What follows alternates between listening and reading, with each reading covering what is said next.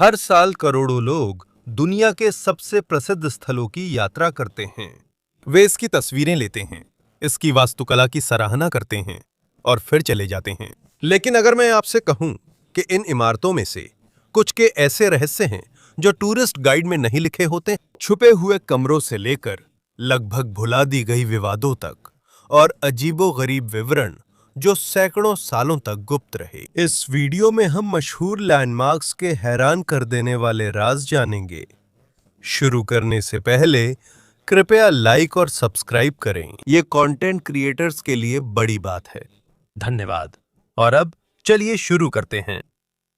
Eiffel tower 1800 के दशक के आखिरी हिस्से में इस गुप्त कमरे के बारे में खबरें तेजी से फैल गईं। कई अमीर व्यापारी और प्रमुख हस्तियां अंदर जाना चाहती थीं, लेकिन लगभग सभी को एफिल ने मना कर दिया। शानदारता का प्रतीक बनाने के बजाय उन्होंने इस जगह का इस्तेमाल वैज्ञानिक प्रयोगों और इंजीनियरिंग व तकनीक पर गंभीर चर्चाओं के लिए किया। यहां आने वाले सबसे प्रसिद्ध लोगों में से एक आविष्कारक थॉमस एडिसन थे, जो 1889 में आए थे। टावर की ऊंचाई पर उनकी मुलाकात के दौरान उन्होंने आधुनिक दुनिया को आकार देने वाली नई तकनीकों के बारे में विचारों का आदान प्रदान किया। ये सोचकर मजा आता है कि जब हजारों लोग नीचे घूमने के लिए मौजूद थे, तब एक निजी कमरे में, जहां शायद ही कोई देख सकता था, वैज्ञानिक चर्चाएं हो रही थीं। आज भी एफिल टावर में उस अपार्टमेंट का पुनर्निर्माण देखा जा सकता है, लेकिन ये अब भी आम जनता के लिए खुला नहीं है। और शायद यही वजह है कि ये अब भी इस मशहूर स्मारक का सबसे अनोखा और रहस्यमय हिस्सा बना हुआ है। एक इमारत जो पूरे फ्रांस का प्रतीक बन चुकी है, उसके सबसे दिलचस्प हिस्सों में से एक को यहां आने वाले ज्यादातर लोग देख ही नहीं पाते। हर साल लाखों लोग एफिल टावर को ऊपर देखकर हैरान रह जाते हैं, लेकिन बहुत कम लोग जानते हैं कि इसकी ऊंचाई पर कभी एक निजी जगह थी, जहां अपने समय के सबसे बड़े दिमाग एक साथ मिले थे। और यही हमें याद दिलाता है कि कभी-कभी इतिहास का सबसे महत्वपूर्ण हिस्सा वही होता है जो सबकी नजरों से छुपा रहता है। और आज तक ये फ्रांस के सबसे प्रसिद्ध लैंडमार्क के इतिहास में एक अनोखा अध्याय जोड़ता रहता है। सिस्टीन चैपल में द लास्ट जजमेंट नामक विशाल कृति में एक आकृति है जो अपनी ही खाल पकड़े हुए है। यह संत बार्थोलोम्यू है, जिनके बारे में कहा जाता है कि उन्हें जिंदा रहते उनकी खाल उतारी गई थी। ध्यान देने योग्य है कि कई कला इतिहासकार मानते हैं उस लटकती खाल पर बना चेहरा माइकल एंजेलो का ही है। 1990 में एक प्रकाशित अध्ययन में कहा गया कि द क्रिएशन ऑफ एडम की प्रसिद्ध दृश्य में भगवान के चारों ओर जो आकार है, वह इंसान के दिमाग की बनावट से मिलता जुलता है। तब से इतिहासकारों, डॉक्टरों और शोधकर्ताओं के बीच कई बहसें हुई हैं। कुछ लोग मानते हैं कि माइकल एंजेलो ने यह जानबूझकर किया, क्योंकि वे कम उम्र से मानव शरीर रचना का अध्ययन करते थे। वहीं कुछ लोग कहते हैं कि यह समानता शायद महज एक संयोग है। याद रखें, अब तक कोई आधिकारिक प्रमाण नहीं है कि माइकल एंजेलो ने यह जानबूझकर किया था, लेकिन यही वजह है कि सिस्टीन चैपल के बारे में आज भी चर्चा होती रहती है। 5 से भी ज्यादा सदियां बीत चुकी हैं, लेकिन उस इमारत के अंदर अब भी ऐसे विवरण हैं जो शोधकर्ताओं को नए सवाल देते रहते हैं। और शायद यही एक मास्टरपीस की असली ताकत है। इसे सिर्फ देखा ही नहीं जाता, बल्कि इसे लगातार पढ़ा, बहस किया और हर नई पीढ़ी द्वारा इसका अर्थ निकाला जाता है। वॉशिंगटन मॉन्यूमेंट स्मारक का निर्माण 1848 में शुरू हुआ था और यह केवल निजी दान से किया गया था। 1854 तक यह केवल लगभग 150 फीट तक ही पहुंच पाया था, जो कि इसकी योजनाबद्ध ऊंचाई का लगभग 1/3 था, इससे पहले कि फंड पूरी तरह से खत्म हो गया। इसी दौरान पोप पायस 9 ने रोम के एक प्राचीन मंदिर से संगमरमर का एक विशेष ब्लॉक स्मारक के अंदरूनी हिस्से के लिए उपहार स्वरूप दिया। लेकिन एक एंटी कैथोलिक राजनीतिक समूह नो नथिंग्स इससे नाराज हो गया। एक रात उन्होंने चुपके से पोप का संगमरमर का उपहार चुरा लिया और उसे पोटोमैक नदी में फेंक दिया। इतना ही नहीं, उन्होंने उस संगठन का भी नियंत्रण ले लिया जो परियोजना संभाल रहा था। इस अव्यवस्था के कारण कांग्रेस ने समर्थन देना बंद कर दिया और निर्माण कार्य पूरी तरह से रुक गया। 23 वर्षों तक अधूरा स्मारक मैदान के बीचों बीच यूं ही खड़ा रहा। गृहयुद्ध में यह क्षेत्र सैन्य डिपो और यूनियन आर्मी की गायों के चरागाह के रूप में इस्तेमाल हुआ। 1870 के दशक में जब मार्क ट्वेन वॉशिंगटन आए तो उन्होंने इसे टूटी फैक्ट्री की कटी चिमनी जैसा बताया। कई लोगों के लिए यह संयुक्त राज्य की राजधानी की शर्म का प्रतीक बन गया। केवल 1876 में ही यह परियोजना फिर से अमेरिकी सेना के इंजीनियर कोर के तहत शुरू की गई। लेकिन एक नई समस्या थी। मैरीलैंड में मूल खदान जहां से पहली बार संगमरमर लिया गया था, अब काम नहीं कर रही थी। इस वजह से उन्हें दूसरी खदान से संगमरमर लेना पड़ा। जब 1884 में स्मारक पूरा हुआ तो दोनों हिस्सों का रंग लगभग एक जैसा था।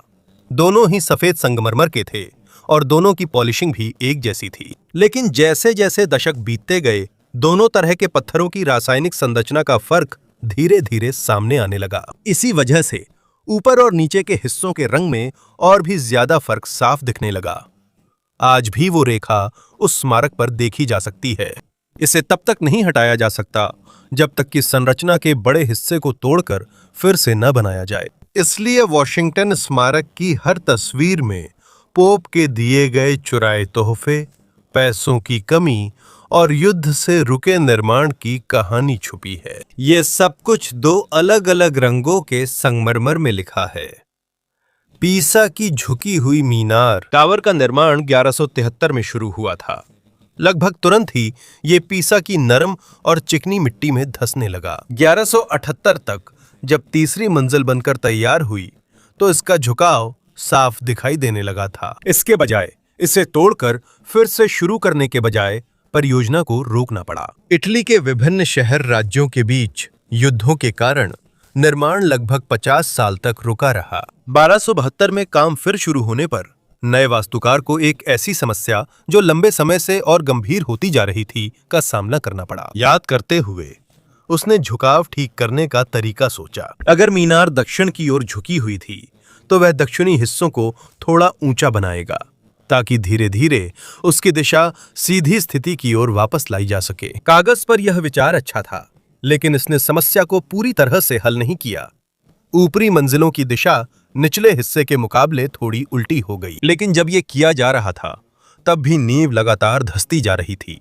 इसी वजह से अजीब सा आकार बन गया। पूरी संरचना को देखें तो टावर अब केवल झुका हुआ नहीं है, बल्कि ऊपर की ओर स्पष्ट रूप से मुड़ता भी है। 1372 में सबसे ऊपर घंटाघर बनाया गया, जिसमें खुद का एक समायोजन किया गया ताकि झुकाव के प्रभाव को कम किया जा सके। यहाँ तक कि सीढ़ियों के उत्तर और दक्षिण हिस्से में सीढ़ियों की संख्या में भी फर्क आ गया, क्योंकि एक तरफ को बार बार ऊंचा किया गया। सीधे शब्दों में कहें तो हर पीढ़ी के निर्माताओं ने बार बार टावर के झुकाव को ठीक करने की कोशिश की, लेकिन उन हर कोशिशों ने उसके आकार पर एक नया निशान छोड़ दिया। अगर आप पीसा की झुकी मीनार को आसमान के सामने देखेंगे तो उसकी हल्की वक्रता दिखेगी।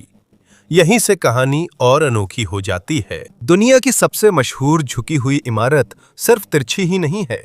असल में यह एक ऐसी इमारत है जो धीरे धीरे झुकती गई, जबकि लोग सदियों से इसे सीधा करने की कोशिश करते रहे।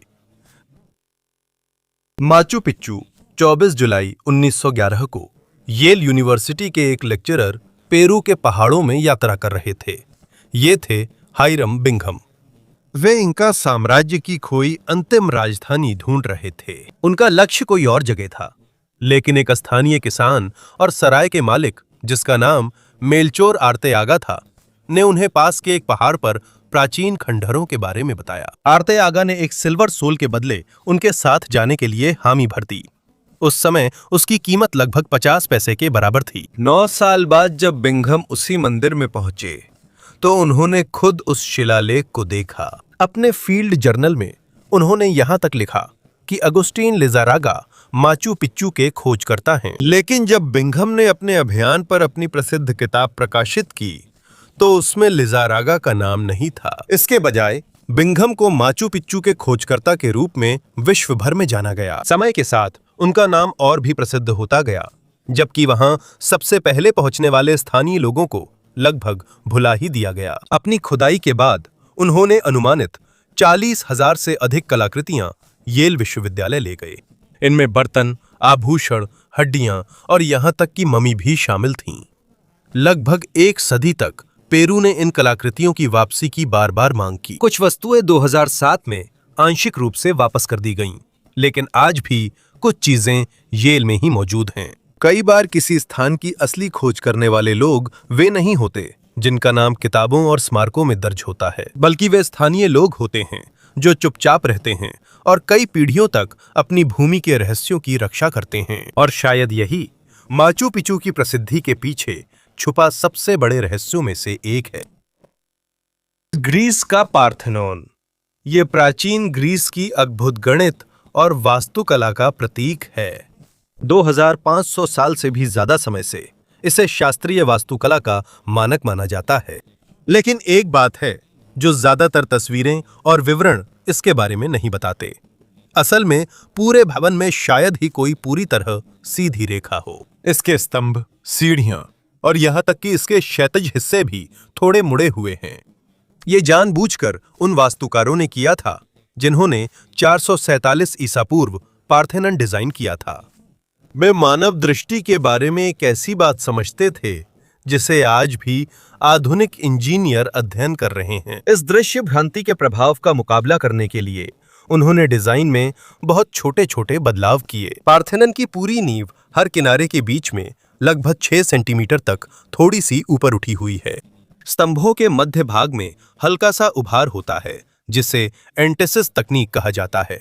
इसी वजह से जब इन्हें नीचे से देखा जाता है तो ये पूरी तरह से सीधे दिखाई देते हैं। 1800 के दशक में ही आधुनिक वास्तुकारों ने इन रहस्यों में से कुछ को ध्यान दिया। जब चार्ल्स रॉबर्ट कोकरेल ने इन स्तंभों को मापा तो उन्होंने पाया कि ये वक्र बहुत ही छोटे हैं, इसलिए लगभग 2000 वर्षों तक लोग इन्हें नहीं देख पाए। इन्हें देखने और मापने के लिए ज्यादा बारीकी चाहिए। चौंकाने वाली बात यह है कि पार्थेनन परफेक्ट दिखता है, लेकिन इसलिए नहीं कि वो बिल्कुल सीधा है। ये परफेक्ट दिखता है क्योंकि इसे जानबूझकर पूरी तरह परफेक्ट नहीं बनाया गया। हर वक्त और विचलन को इस तरह डिजाइन किया गया है कि वो आंखों को धोखे में रख संतुलन का भ्रम दे। 2000 से भी ज्यादा सालों तक करोड़ों लोग पार्थेनन की खूबसूरती से प्रभावित हुए हैं, बिना ये जाने कि इसके डिजाइन में कौन से राज छुपे हुए हैं। जिस इमारत को परफेक्ट ज्योमेट्री का प्रतीक कहा जाता है वो असल में योजनाबद्ध अपूर्णताओं की मास्टरपीस है। कभी कभी असली परिपूर्णता बिल्कुल सही होने से नहीं आती। कभी कभी यह छोटी छोटी गलतियों के समझदारी से इस्तेमाल करने से आती है। वर्साय का महल शीशों का कक्ष लगभग 73 मीटर लंबा है और इसमें 357 शीशे लगे हुए हैं। इसकी 17 बड़ी खिड़कियां पश्चिम दिशा की ओर हैं, जहां हर दोपहर सूरज की रोशनी सीधे अंदर आती है। पहली नजर में ये सिर्फ खूबसूरत डिजाइन लगता है, लेकिन लुईस फॉर्दे के लिए हर एक विवरण एक बड़े योजना का हिस्सा था। लुई 14वें को सूर्य राजा के नाम से जाना जाता है। यह सिर्फ एक उपनाम नहीं था, बल्कि राजा के रूप में उनकी छवि का एक महत्वपूर्ण हिस्सा था। वो दिखाना चाहते थे कि वो फ्रांस की शक्ति का केंद्र हैं, जैसे सूर्य सौरमंडल का केंद्र है। इसी वजह से वर्साय का लगभग हर हिस्सा उसी संदेश को मजबूत करने के लिए डिजाइन किया गया था। 17वीं सदी में शीशे यूरोप की सबसे महंगी और सबसे दुर्लभ लग्जरी चीजों में गिने जाते थे। उस समय बड़े शीशों का निर्माण वेनिस के नियंत्रण में था। लुई ने वेनिस के कुशल कांच निर्माताओं को गुप्त रूप से फ्रांस आने के लिए राजी किया ताकि वे अपना ज्ञान साथ लाएं। 1684 में जब हॉल ऑफ मिरर्स पूरा हुआ तो ये पूरे यूरोप के लिए एक संदेश बन गया।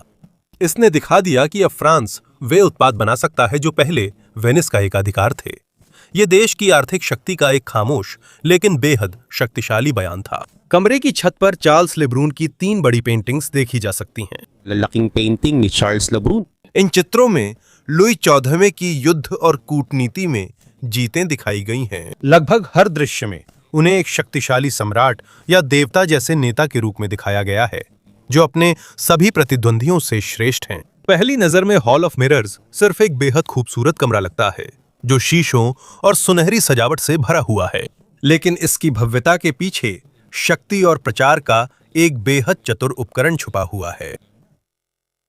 चीन की महान दीवार 13,000 मील से भी ज्यादा लंबी है और ये पहाड़ों, रेगिस्तानों और तरह तरह के कठिन वातावरणों से होकर गुजरती है। लेकिन इससे भी बढ़कर दीवार के कई हिस्से 600 साल से भी ज्यादा समय से खड़े हैं और आज तक मजबूत बने हुए हैं। 2010 में झेजियांग विश्वविद्यालय के शोधकर्ताओं ने मिंग राजवंश के दौरान बनाई गई चीन की महान दीवार के हिस्सों से मोर्टार के नमूनों का परीक्षण किया। उन्होंने पाया कि यह दुनिया के इतिहास में पहली ज्ञात मिश्रित मोर्टार है।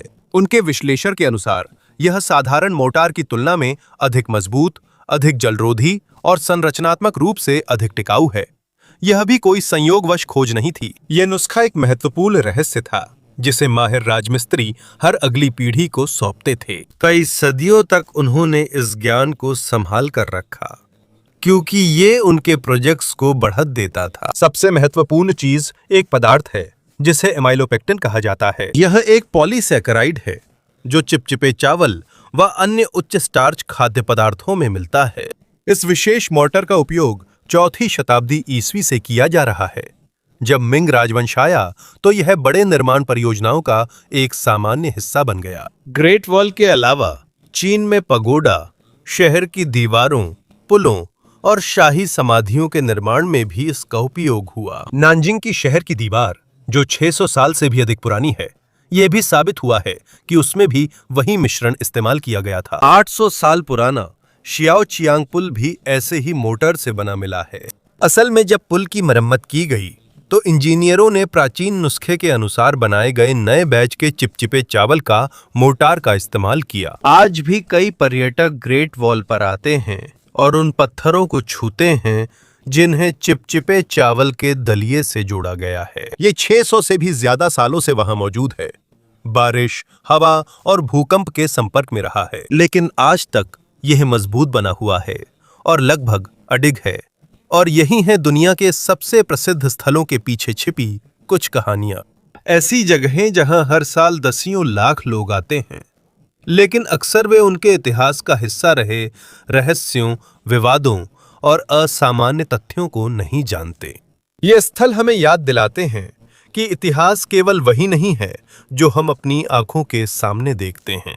अक्सर कहानी का सबसे अद्भुत हिस्सा वे विवरण होते हैं जो दीवारों के पीछे, नींव के नीचे या उन घटनाओं में छुपे होते हैं जिन्हें समय लगभग भुला चुका है।